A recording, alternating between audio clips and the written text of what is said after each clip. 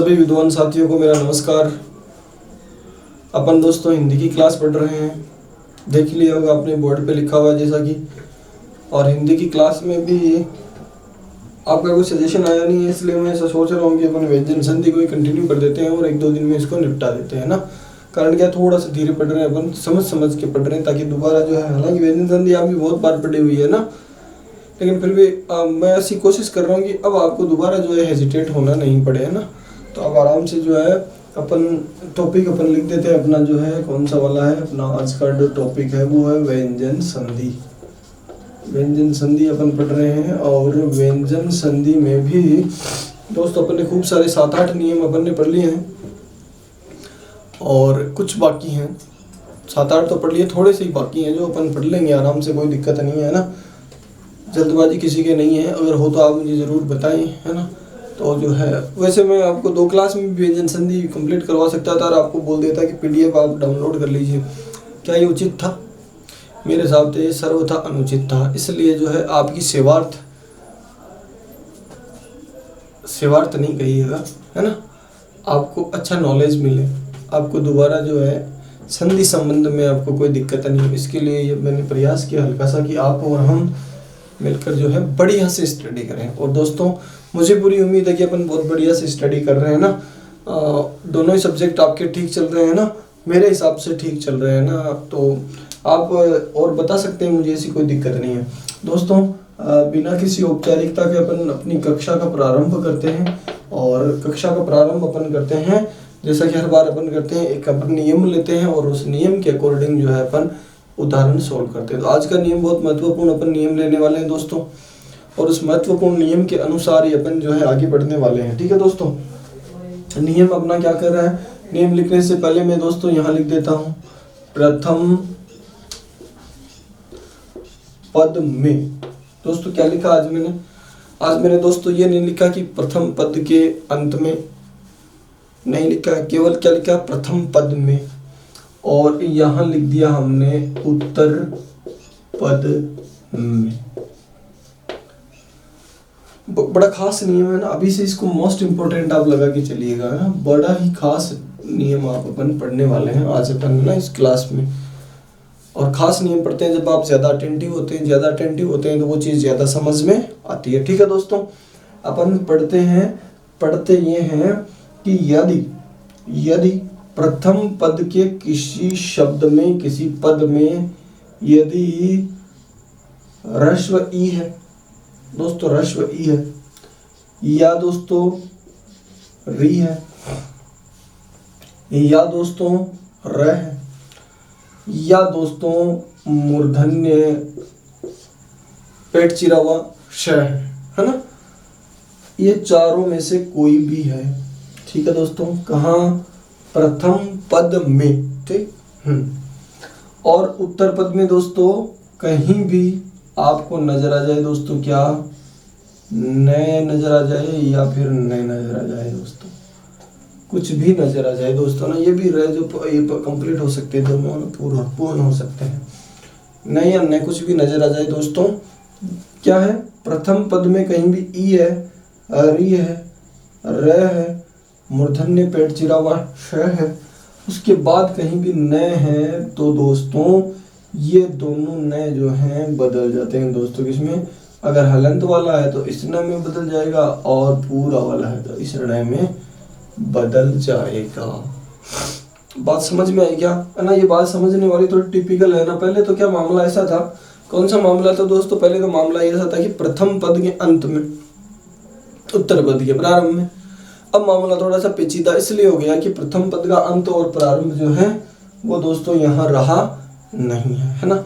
मैं आपको एक हल्के से उदाहरण से आपको समझाना चाहता हूँ कि आप जो है इसको समझें, है ना। जैसे दोस्तों एक उदाहरण लिया अपन ने, जैसे त्रिधन्य। क्या उदाहरण लिया दोस्तों?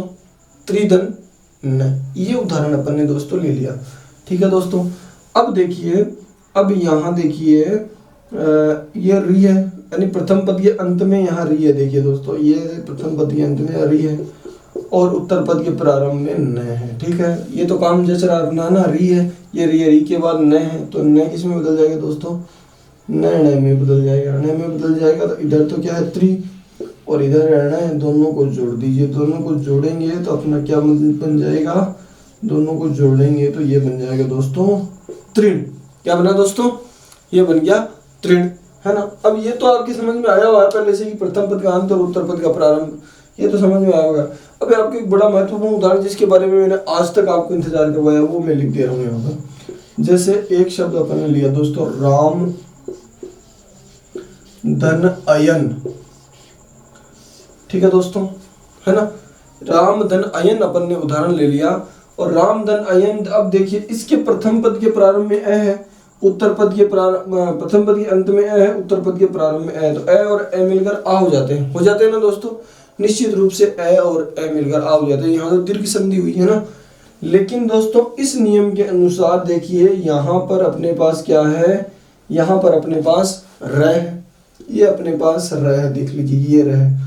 और उत्तर पद में देखिए यहाँ देखिए दोस्तों, यहाँ जो है न है, यहाँ क्या है, न है ना, न है, तो न है और र है। इसका मतलब ये जो न है ना, ये न बदलेगा। अब देखिए न तो प्रथम पद के अंत में है, न उत्तर पद के प्रारंभ में, फिर भी जो है ये र होने की वजह से ये वाला न दोस्तों किस में बदल जाएगा, ण में बदल जाएगा, है ना।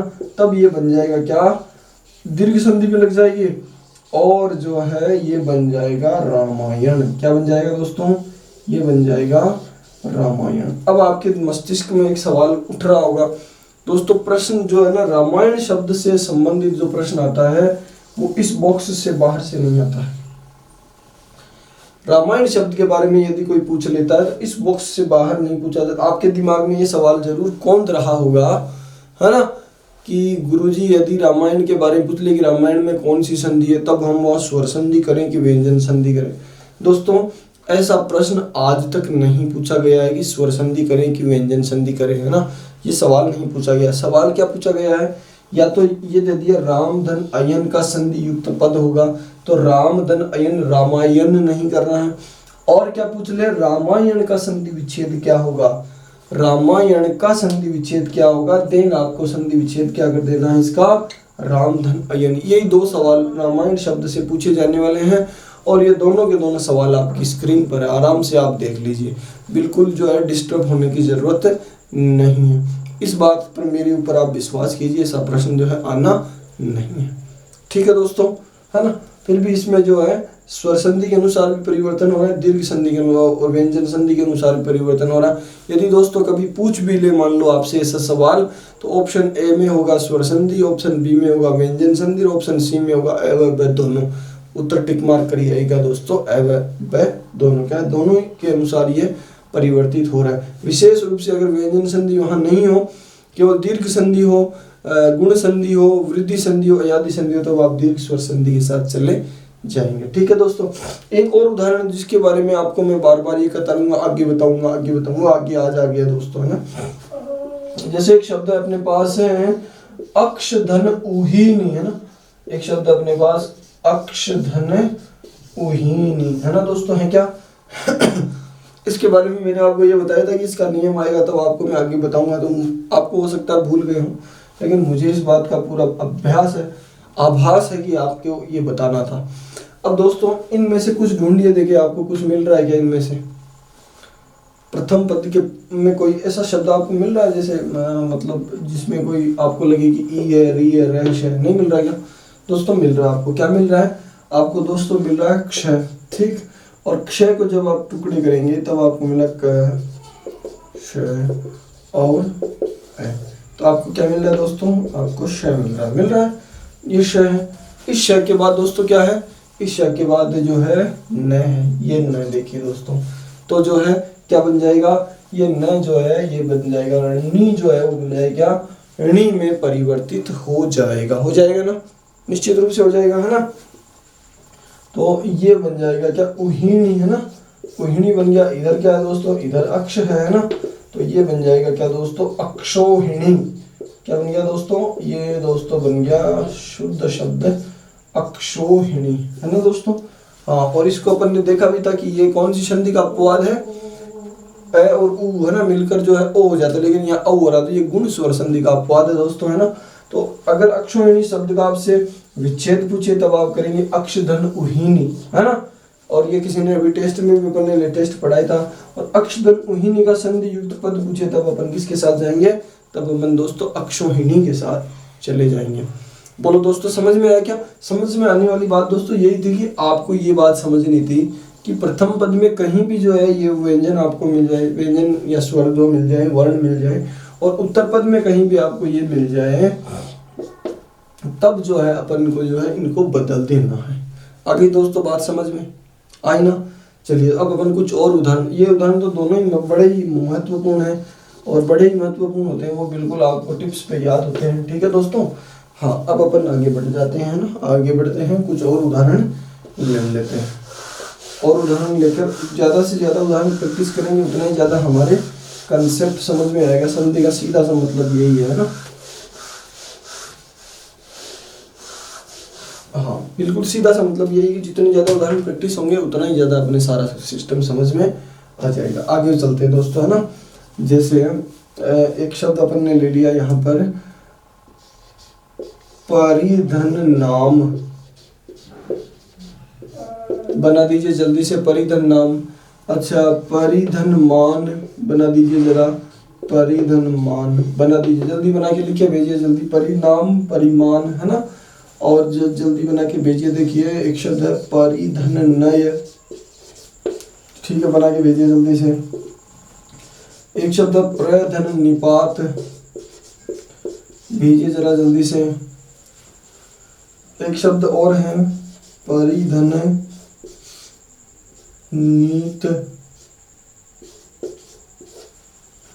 परिधन नित, है ना, बना के भेजिए। एक आध और लिख दूं, जैसे एक शब्द और लिख दिया यहाँ पर कृष धन न, एक और लिख दूं, एक और लिख देता हूँ, देखते हैं विष धन नु, लिख दिया विष धन नु, है ना। अच्छा, एक और लिख दूं त्रिश धन ना, ये लिख दिया। एक और लिख दूं क्या, नाराधन अयन, लिख दूं है। एक और लिख दूं क्या, चलिए तो एक और लिख देते हैं, प्राधन्य।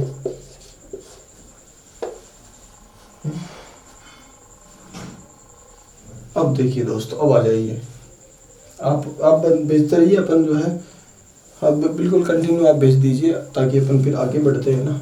उदाहरण अपने पास 8-10 हो गए हैं, खूब उदाहरण अपने पास हो गए हैं, कोई दिक्कत नहीं है उदाहरणों की। तो अब देखिए दोस्तों, पहला उदाहरण अपन ने क्या लिख रखा है, पहला उदाहरण लिख रखा है दोस्तों अपने परिधन नाम, है ना। परिधन नाम अपन ने पहला उदाहरण ले लिया है, ठीक है दोस्तों। ये र आ गया और ये न आ गया, र आ गया और न आ गया, तो सीधा सा तन्ने को अणे में बदल दीजिए, बस इतना ही करना आपको। ये देखो, ये हो गया परिणाम। परिणाम का मतलब क्या होता है, परिणाम का दोस्तों मतलब होता है रिजल्ट होता है, परिणाम का मतलब क्या होता है, फल होता है ना। परिमाण यार तो यहाँ है लेकिन न यहाँ चला गया है, फिर भी न बदल जाएगा, किसमें, न बदल जाएगा अणे में, तो ये बन जाएगा क्या दोस्तों, ये बन जाएगा परिमाण। परिमाण का मतलब होता है जिसे मापा तोला जा सके, मेजरमेंट जिसका किया जा सके, वो उसका परिमाण होता है। अच्छा, यह है परिधन नय। परिधन नय का मतलब, ये तो परिधन नय, तो ये तो लिख दिया अपन ने क्या, परिणय है। परिणय का मतलब क्या हो गया, परिणय का मतलब हो गया विवाह, है ना। और दोस्तों और शब्द आते हैं जैसे इसी से संबंधित, परिधन्यता आता है, परिणीता का मतलब होता है विवाहित स्त्री, है ना। और परिणेत, परिधन्येत, परिणेत यानी विवाहित पुरुष जो होता है, वो जो है इसका मतलब होता है। तो ये भी उदाहरण इससे संबंधित ही है, तो अगर आप प्रैक्टिस करना चाहें तो कर सकते हैं। प्रधन निपात, है ना, प्रधन निपात, प्रणिपात, प्रधन निपात क्या हो गया दोस्तों, प्रणिपात हो गया। प्रणिपात का मतलब क्या होता है, प्रणिपात का मतलब होता है कि प्राचीन काल में जब गुरुजी सुबह सुबह उठते थे तो शिष्य जो है उनको प्रणिपात करते थे, यानी उनको पैरों में गिरकर उनको प्रणाम करते थे। उस क्रिया का नाम है प्रणिपात, ठीक है। पैरों में झुककर नमन करना, प्रणाम करना जो है वो प्रणिपात है दोस्तों। ये क्या है? परिणित है ना। परिणित का मतलब बदल जाना है ना। परिणित, परिणित का मतलब क्या हो गया? बदल जाना है ना। आपके कठिन मेहनत के परिणामों से ये परिणति जो है वो ये। ठीक है दोस्तों, आगे जो है, आगे तो बिल्कुल सरल से उदाहरण है जो आपने बिल्कुल सही उत्तर दे दिए हैं। कृषदन्य, कृषदन्य क्या हो जाएगा? कृषदन्य दोस्तों हो जाएगा क्या? कृष्ण। विषदन्यु क्या हो जाएगा? विषदन्यु दोस्तों हो जाएगा क्या? विष्णु। त्रिशदन्य जो हो जाएगा वो क्या हो जाएगा? तृष्णा हो जाएगा। नाराधन अयन है ना, ये हो जाएंगे कौन? नारायण है ना। हाँ, ये वृद्धि भी हो सकती है ना यहाँ पर, तो वो रामायण वाली बात यहाँ नारायण में है ना।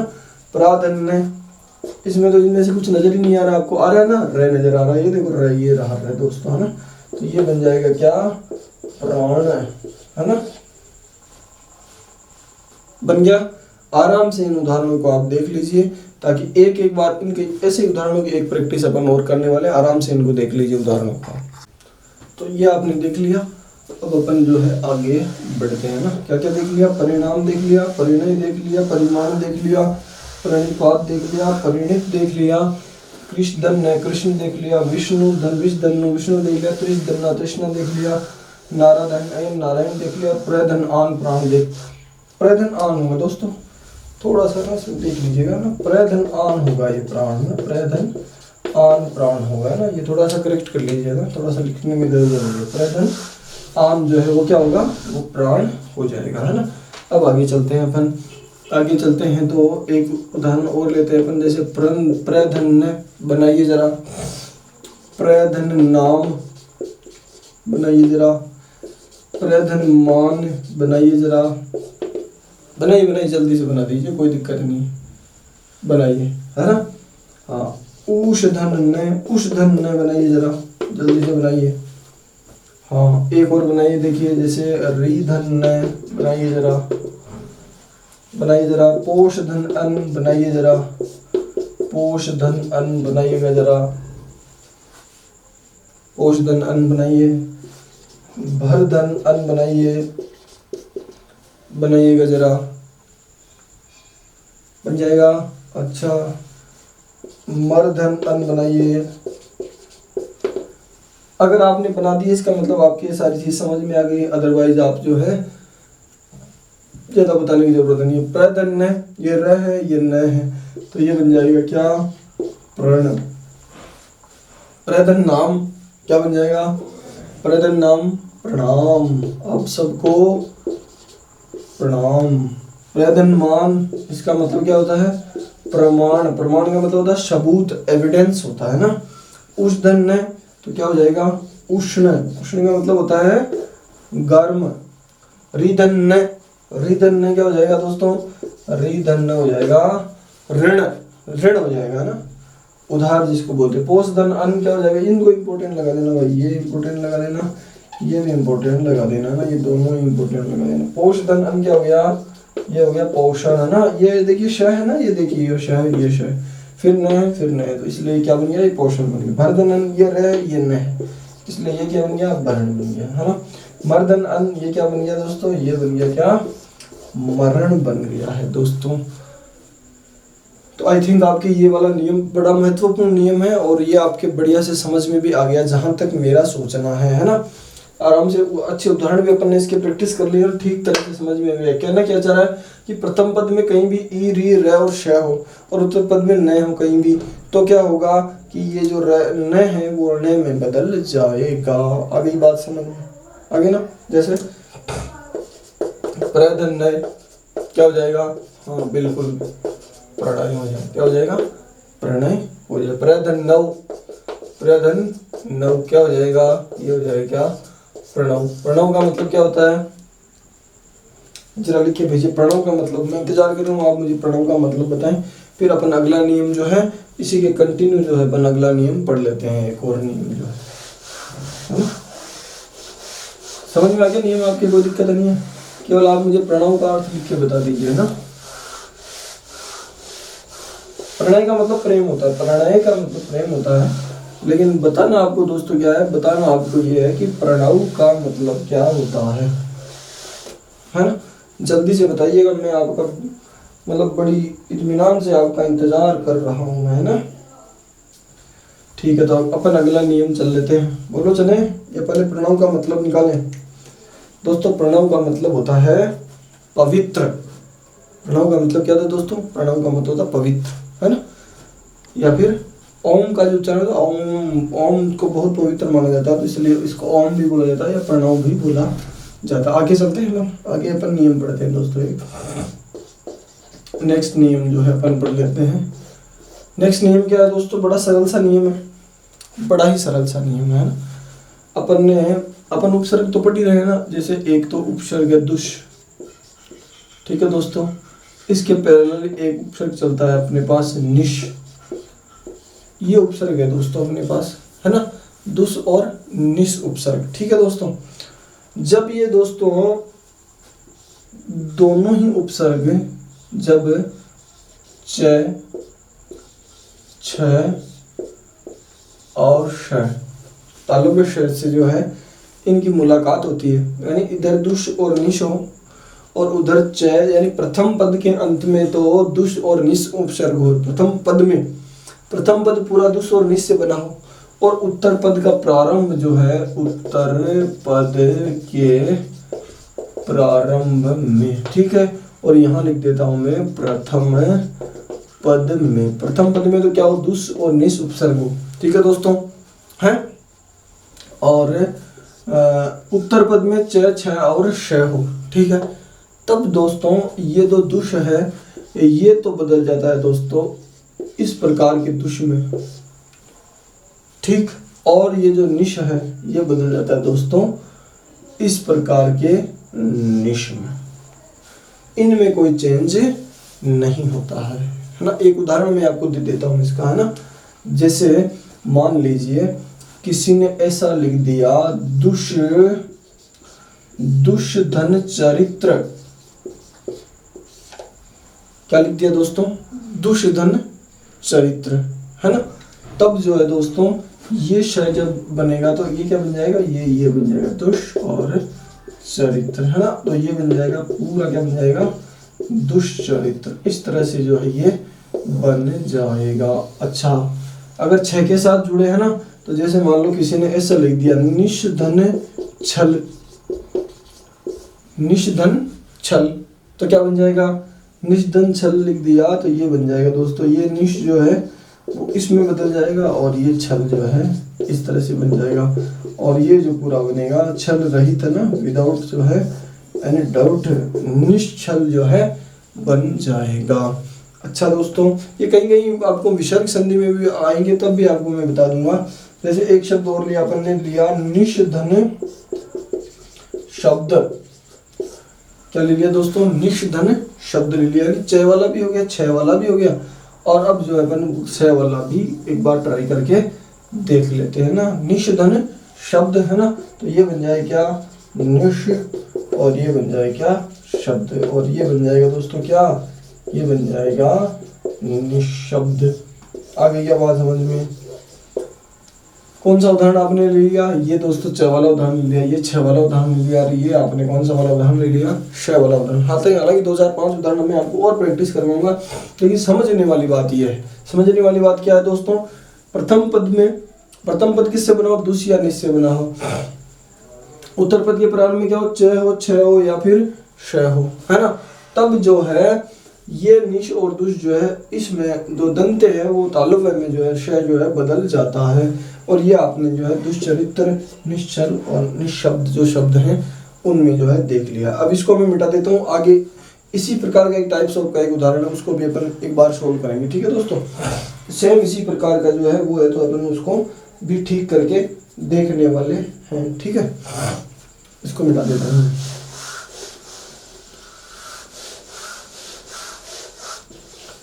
अपन ने मिटा दिया। अब दोस्तों क्या है कि यही दुष और निश जो है दोस्तों, यही दुष और निश जो है किसके साथ जुड़ते हैं? मान लीजिए क के साथ जुड़ते हैं, या फिर पै के साथ जुड़ते हैं, या फिर फै के साथ जुड़ते हैं।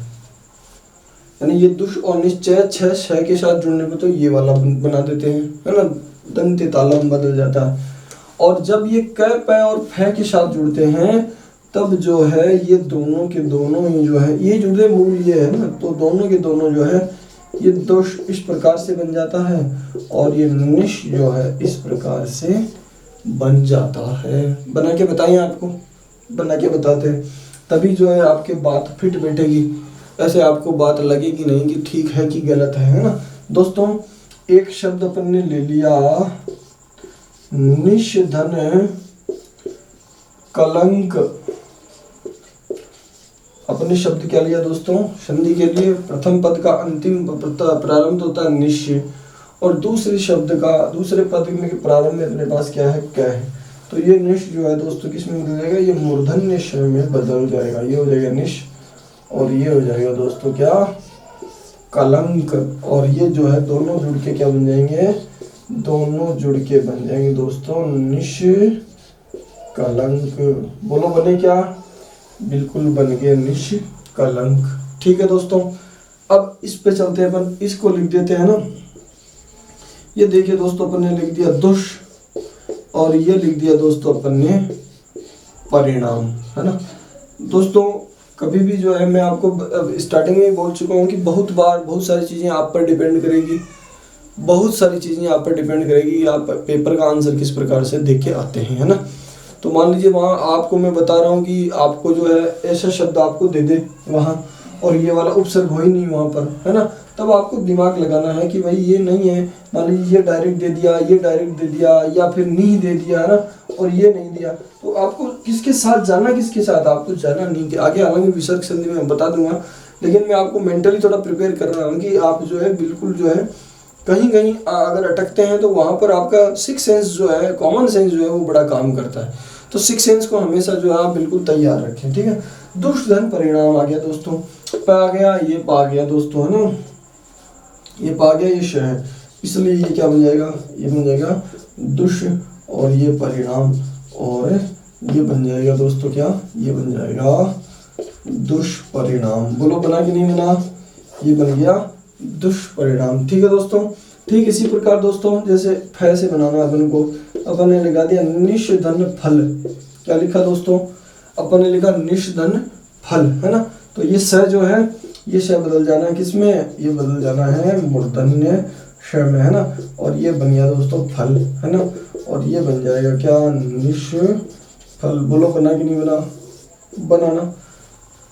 तो पहले तीन आपके बन गए थे कौन से, च, छ और श के बन गए थे, और दूसरे बन गए आपके कौन से, क, प और फ के बन गए, है ना। तो च, छ और श के साथ यदि दुष निश मिलते हैं तब तो जो है ये दंत श जो तालव्य दंत की जगह तालव्य श जो है बन जाता है, और इसके साथ मिलते हैं क, प और फ के साथ, तो जो है ये परिणाम आप देख लीजिए ना आपके सामने बिल्कुल है ना। तो इस तरह से जो है ये बन जाते हैं आराम से। इसको देखना, किसको देखना है, इस नियम को आपको बिल्कुल विस्तार से देखना है दोस्तों। नियम आपको याद है का मतलब अपना काम बड़ा आसान हो जाने वाला है। आराम से इन दोनों को देख लीजिए इत्मीनान से।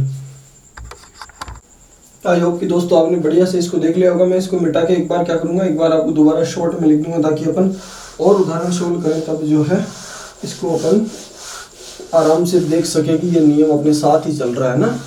ठीक है, तो इसको अपन दोबारा से एक बार बना लेते हैं। समझ में तो आ गया, कोई दिक्कत नहीं है। समझ में आ गया तो अब आप बोलते चलेंगे मेरे साथ साथ, क्या बोलते चलेंगे कि दुष और निश जो है वो उपसर्ग यहाँ है ना, और वो जो है मिलते हैं च, छ और श से, है ना।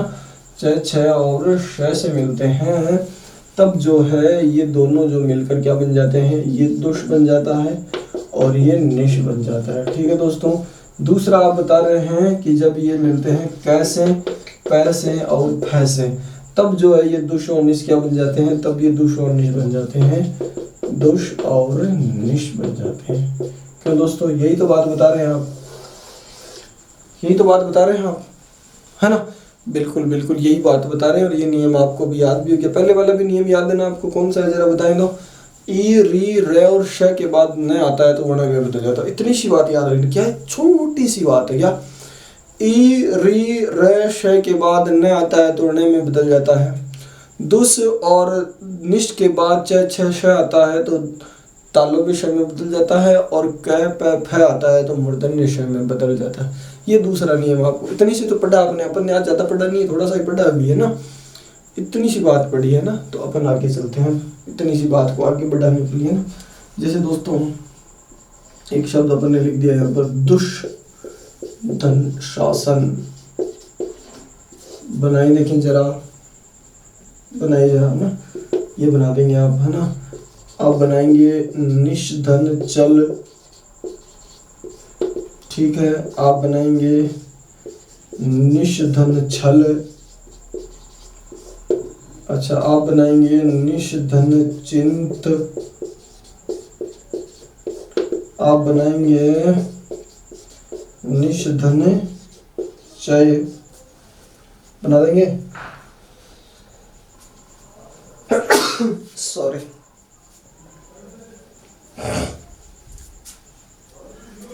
आप बनाएंगे क्या, आप बनाएंगे दोस्तों निषधन शब्द, आप बनाएंगे दोस्तों दुष्धनशील, बनाते चलिए है ना। आप बनाएंगे दोस्तों निषधन शत्रु,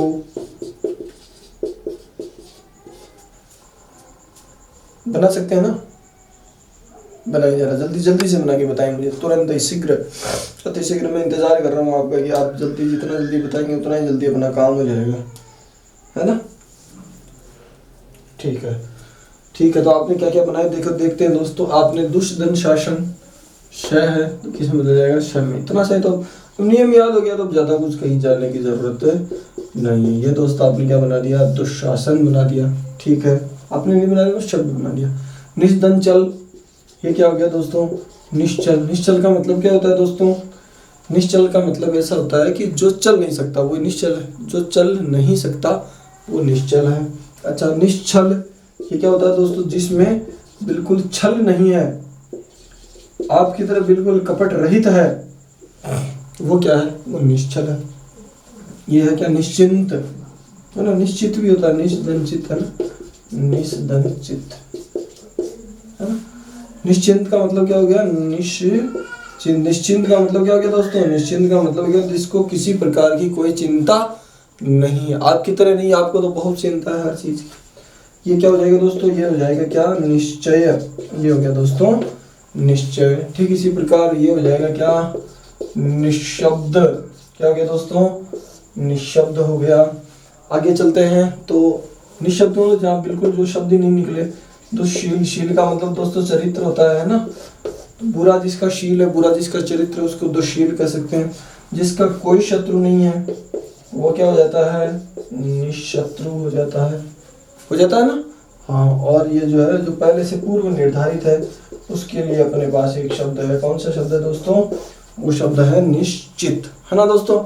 तो अपन ने जो है ये वाला जो चैप्टर था ना, ये वाला, इसके उदाहरण लगभग कंप्लीट कर लिए है ना। ये वाला चैप्टर जो था ना, दुष्ट निश्चय च और श मिलते हैं, तब जो है क्या बन जाते हैं, क्या बन जाते हैं, देखिए जरा आराम से इसको देखिए, फिर अपन आगे बढ़ते हैं।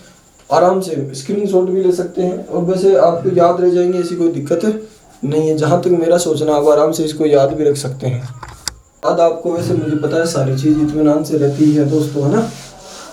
तो ज़्यादा कोई घबराने की मुझे भी ज़रूरत नहीं है, और ज़्यादा घबराने की आपको भी ज़रूरत है, जहाँ तक मैं सोचता हूँ नहीं है ना।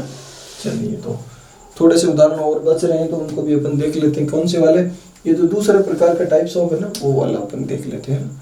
जैसे अपन ने दोस्तों एक उदाहरण ले लिया, क्या दिया, जैसे उदाहरण लिया अपन ने दुष्धन क्रम, दुष्धन क्रम। ठीक इसी प्रकार अपन क्या ले सकते हैं, दुष्धन कर्म, है ना। और क्या ले सकते हैं, दुष्धन कर। और क्या ले सकते हैं दोस्तों, अपन ले सकते हैं निषधन काम। और क्या ले सकते हैं दोस्तों, और ले सकते हैं निषधन कलंक। और क्या ले सकते हैं दोस्तों, और ले सकते हैं निषधन कलुष। और क्या ले सकते हैं दोस्तों, और ले सकते हैं निषधन कंटक। बोलो बोलो बोलो, ले सकते हैं ना अपन। धनाधन जो है, ये उदाहरण जो है अपन ले सकते हैं इत्मीनान से, है ना। अच्छा, और क्या ले सकते हैं, और ले सकते हैं निषधन निष्क्रमण, है ना, ये तो आपको हिस्ट्री वालों को तो याद ही है। और क्या ले सकते हैं, निषधन काशन। इस तरह से अपन जो है बहुत सारे उदाहरण जो है दोस्तों ले सकते हैं। आपने ले लिया और आप दनादन उत्तर दे रहे हैं, मुझे बड़ी खुशी हो रही है कि आप जो है साथ साथ जो है चल रहे, बड़ी अच्छी बात है ना। तो अपन शुरुआत करते हैं सोल्व करने के ना, इसको अपन सोल्व कर लेते हैं। क्या सोल्व करते हैं, दुष्धन क्रम, यानी जिनका क्रम बुरा हो ना, क्रम क्रम का मतलब सीरियल नंबर ही जो बुरे हो उसको बोला जाता है अपन दुष्क्रम, है ना। एक ऐसा वो होता है ना, दुष्कृत्य भी होता दुष्कृत्य भी एक शब्द है दोस्तों, है ना। ये दुष्कर्म, बुरा कार्य जो होता है उसको बोलते हैं क्या, दुष्कर्म। दुष्कर जिसको करना जो है कठिन हो, ऐसा कार्य जिसको करना कठिन हो, वो जो होता है वो होता है कैसा, दुष्कर कार्य होता है। निष्काम, है ना, ये हो जाएगा क्या दोस्तों, निष्काम कर्म। It is your duty to act without expectation of fruit, it is the main teaching of Karmayoga Gita, है ना। क्या है कि कर्म करते रहो, फल की इच्छा मत करो, यही जो है कर्मयोग गीता की सबसे महत्वपूर्ण शिक्षा है। It is your duty to act without expectation of fruit, it is the main teaching of Karmayoga Gita. निष्धन कलंक, क्या हो जाएगा, ये हो जाएगा दोस्तों निष्कलंक। क्या हो गया, निष्कलंक, जिस पे कोई प्रकार का दाग नहीं हो वो निष्कलंक होता है ना। ये हो गया निष्कलुष, वही सेम मीनिंग इसका निकलेगा दोस्तों, जो अंदर से बिल्कुल काला नहीं हो वो निष्कलुष होता है। निष्कंटक, जिसके मार्ग में कोई कांटा नहीं हो वो क्या कहलाएगा, वो कहलाएगा दोस्तों निष्कंटक। निष्क्रमण, निष्क्रमण का मतलब निकलना, है ना, महाविनिष्क्रमण आपने पढ़ रखा होगा ना, निष्क्रमण। और किसी को जबरदस्ती बाहर निकाल दिया जाता है उसको बोलते हैं निष्कासन, है ना। तो दोस्तों इस प्रकार से जो है अपन ने ये वाले क वाले जो उदाहरण थे ना, वो क वाले उदाहरण अपन ने कंप्लीट कर लिए, है ना। दुष्क्रम, दुष्कर्म, दुष्कर, ये दुष्कृत्य भी अपन ने पढ़ा, निष्काम, निष्कलंक, निष्कलुष, निष्कलंक, निष्क्रमण और निष्कासन, है ना। उदाहरण आपको परीक्षा में जो है इनसे बाहर मिलने नहीं, जहाँ तक मेरा सोचना है 100% तक जो है मेरे हिसाब से इनसे बाहर जाने वाले नहीं है आपके उदाहरण एक भी, अगर आप प्रैक्टिस करेंगे तो, है ना। और मुझे पता है प्रैक्टिस करेंगे, क्यों नहीं करेंगे, है ना। टेस्ट भी देने हैं, सारे काम करने हैं, तो प्रैक्टिस तो अपनी जारी रहने वाली है ना। अब देखिए दोस्तों अपन आते हैं कहाँ, इस पे और फे पे आते हैं ना। देखिए निषधन पक्ष, सबसे पहले ये लिख दिया अपन ने, निषधन पक्ष, ठीक है। दुष्धन पाच्य, दुष्धन पाच्य, दुष्धन प्रहार, दुष्धन प्रहार, है ना। निषधन प्रभ, निषधन प्रभ, और बताएं जरा, बताएं जगह, निषधन प्रभाव, प्रभाव, है ना दोस्तों। इस तरह से जो है इधर और लिख लेते हैं अपन, क्या है, निषधन फल, है ना, निष्फल। ये तो शायद अपन ने प्रैक्टिस कर लिया ऐसा लग रहा है मुझे, है ना।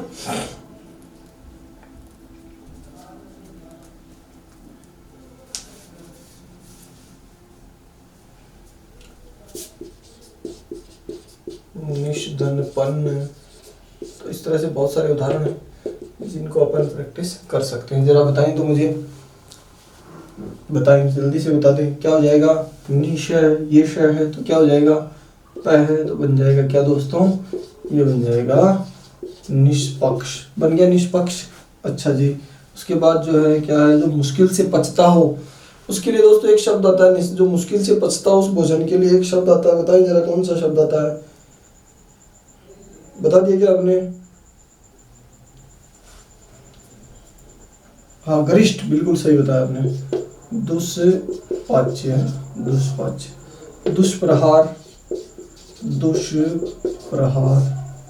निष्प्रभ यानी जिसके चेहरे पे कांति नहीं है, प्रभा नहीं हो, तेज नहीं हो, वो होता है क्या, निष्प्रभ, है ना। और निष्प्रभाव, जो अपना कोई प्रभाव नहीं डाल सके उसको बोलते हैं क्या, निष्प्रभाव, है ना।